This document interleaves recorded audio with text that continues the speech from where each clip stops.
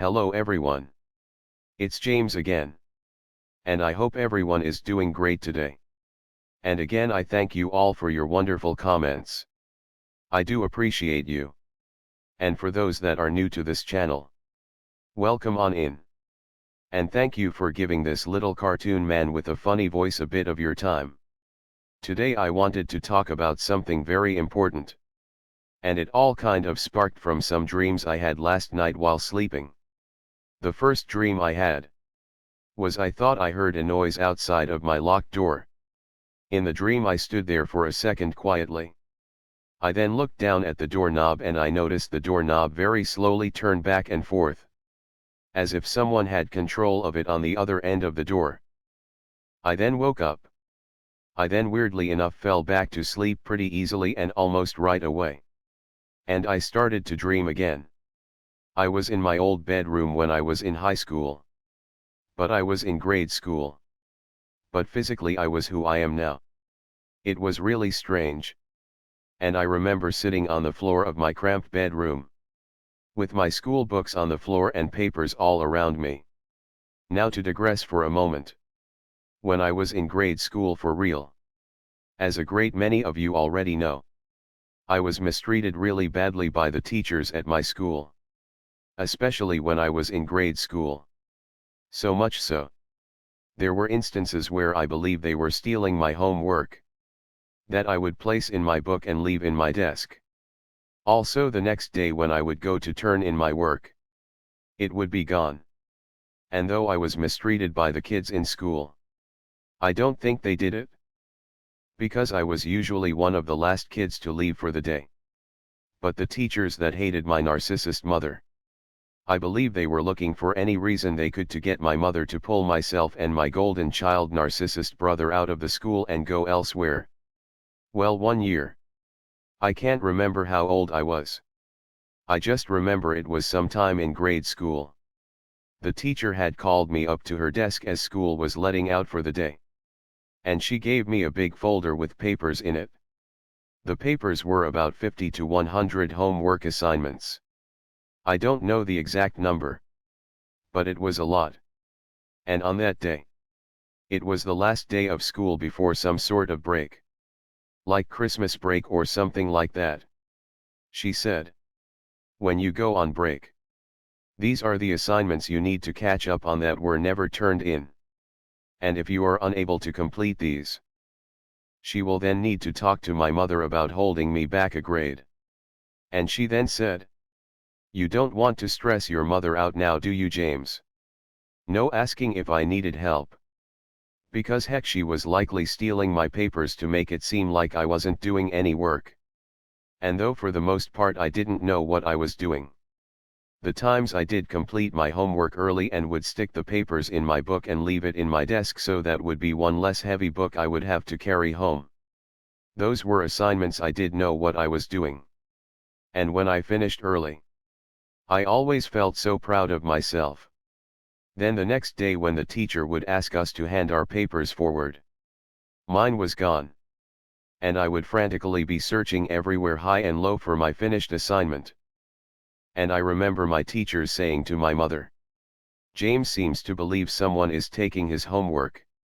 As if I was making it all up.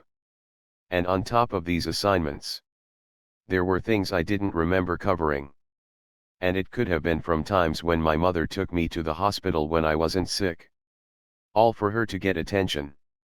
So off I was sent to work non-stop on break. And again I don't remember how old I was.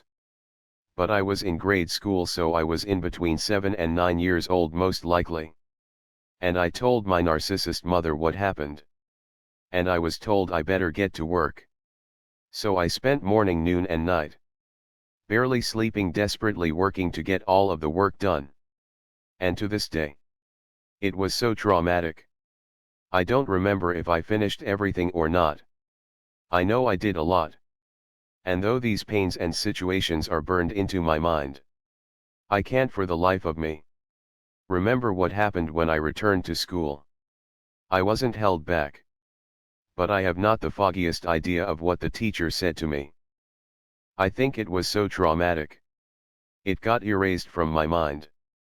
Well, in this dream, I felt as if I was reliving that experience again. I felt like I had all of these assignments I had to complete, otherwise I would be held back. But mind you, I was in my high school bedroom, with my grade school assignments on the floor, but sitting on the floor as a man, but feeling the same emotions I had when I was in grade school, of not even knowing where to begin. Then something interesting happened. My narcissist mother opened the door. And what happened in this dream would have never happened in real life. She actually asked me what was wrong. I broke down and started to cry and said, I'm so confused and I don't know what to do. And again, this part I'm about ready to say would have never in a million years have happened in real life. My mother sat on the floor with me. She pulled me close and said how sorry she was and that she loved me. You see, I've never had a real hug from my mother my entire life. I've had one or two fake pretend hugs from her before. But what happened in my dream was the hug and love that she should have given to me when she was living. I then woke up. So the first part of the dream, I believe, comes from a feeling of being unsafe. We've talked about it before. People that grew up like we grew up, we have horrible feelings about feeling unsafe. We will check to see if our door is locked 30 times in 1 minute to make sure it's really locked. We look in our closets and check under our beds. Sometimes in an obsessive compulsive manner. Why? Because we never were made to feel safe. And actually we were made to feel something bad was always going to happen to us. And there would be no one there to help. That even at the age of 7 or 8 years old, we were on our own. On our own, dealing with other adults such as teachers or other children's parents, mistreating us. And there was no one there speaking up for us and making us feel protected. Because in my situation, and a great many of you out there, your narcissist parent or parents did the exact opposite. And as I've talked about before, the narcissist parents will use all kinds of ways to sabotage your life. My mother's happened to be education. Because she figured if my golden child brother and I barely could make it through school, and we weren't able to develop any real life skills, we would have been stuck to my mom and she could have gotten supply from us until her last days.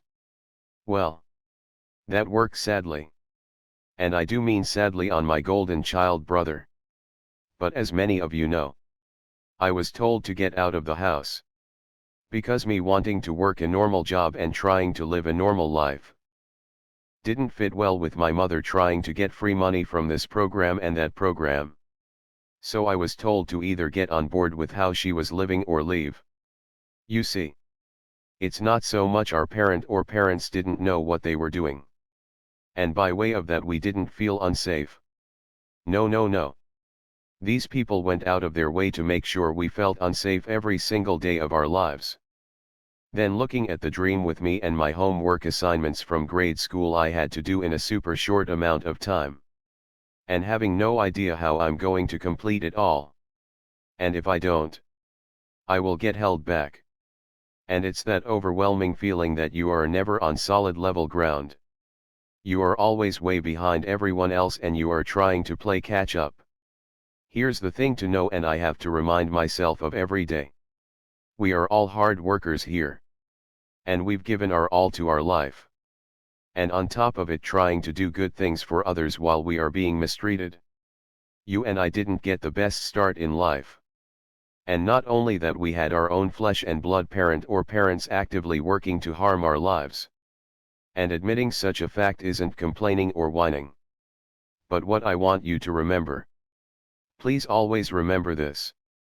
And again, this is something I have to remember too. We got out of that house. We got out. And we ended up making the most normal life we knew how to make. And here we are trying to make an even better one. By trying to learn more about what happened to us so we can heal and do better in life tomorrow. And last I checked, those are not traits of a lazy person. Those aren't the traits of a loser.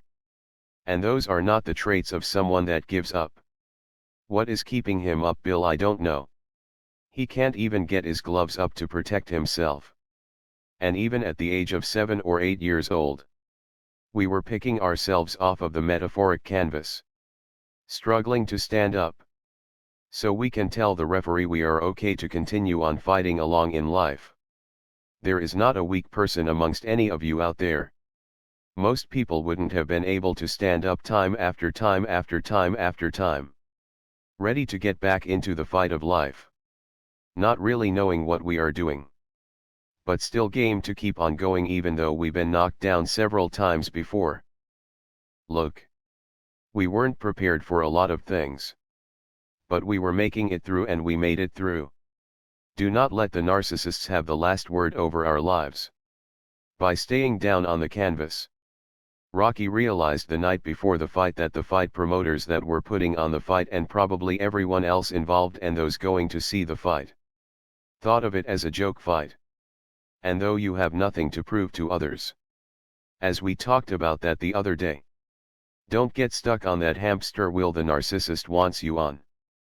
But you can still give a good show for yourself in your life. And that doesn't mean perfection or having accomplished all of the things the people in power say you must accomplish to be a so-called somebody.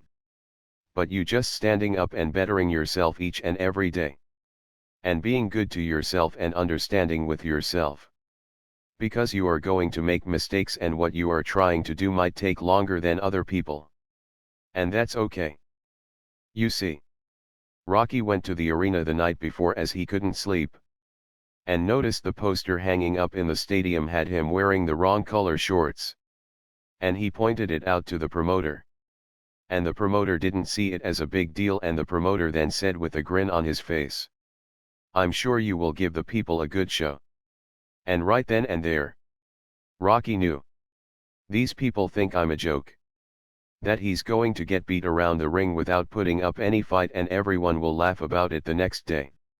Well, he went to the fight knowing he would lose, but was determined to make a good account for himself and his life by fighting back and not staying down and being an easy win.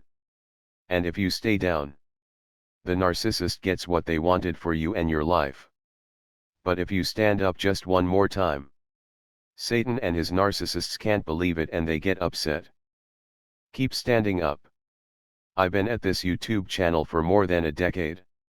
And I've been shadow banned. All kinds of things happened to my channel to mess up my chances of me doing with it what I wanted to do with it. But here I am and here we are. And I will tell you it wasn't easy. But I just couldn't let it go and I couldn't stop spreading the word that I know to be true. No matter what happens, I want to make a good account for myself and this channel for all of us that have been silenced at the hands of narcissists. We must keep going. With this channel. And with our individual lives? God has His best still inside of you. Now is the time to work to bring it out. But do not get mad at yourself if you have setbacks. Keep praying and keep trying. Keep learning to work to undo as much as you can undo regarding the negative things you learned or picked up by growing up in such a toxic home. And if you struggle in other areas, many of you had your money taken completely from you. Carefully try to rebuild back. And know that God is in the restoration business. He loves giving people back what was stolen from them. Several times over. And He also loves when people have faith in Him and stand back up. Well, I think this is a great place to stop. I do hope your day is blessed. And until next time. Bye for now. And be good to yourself.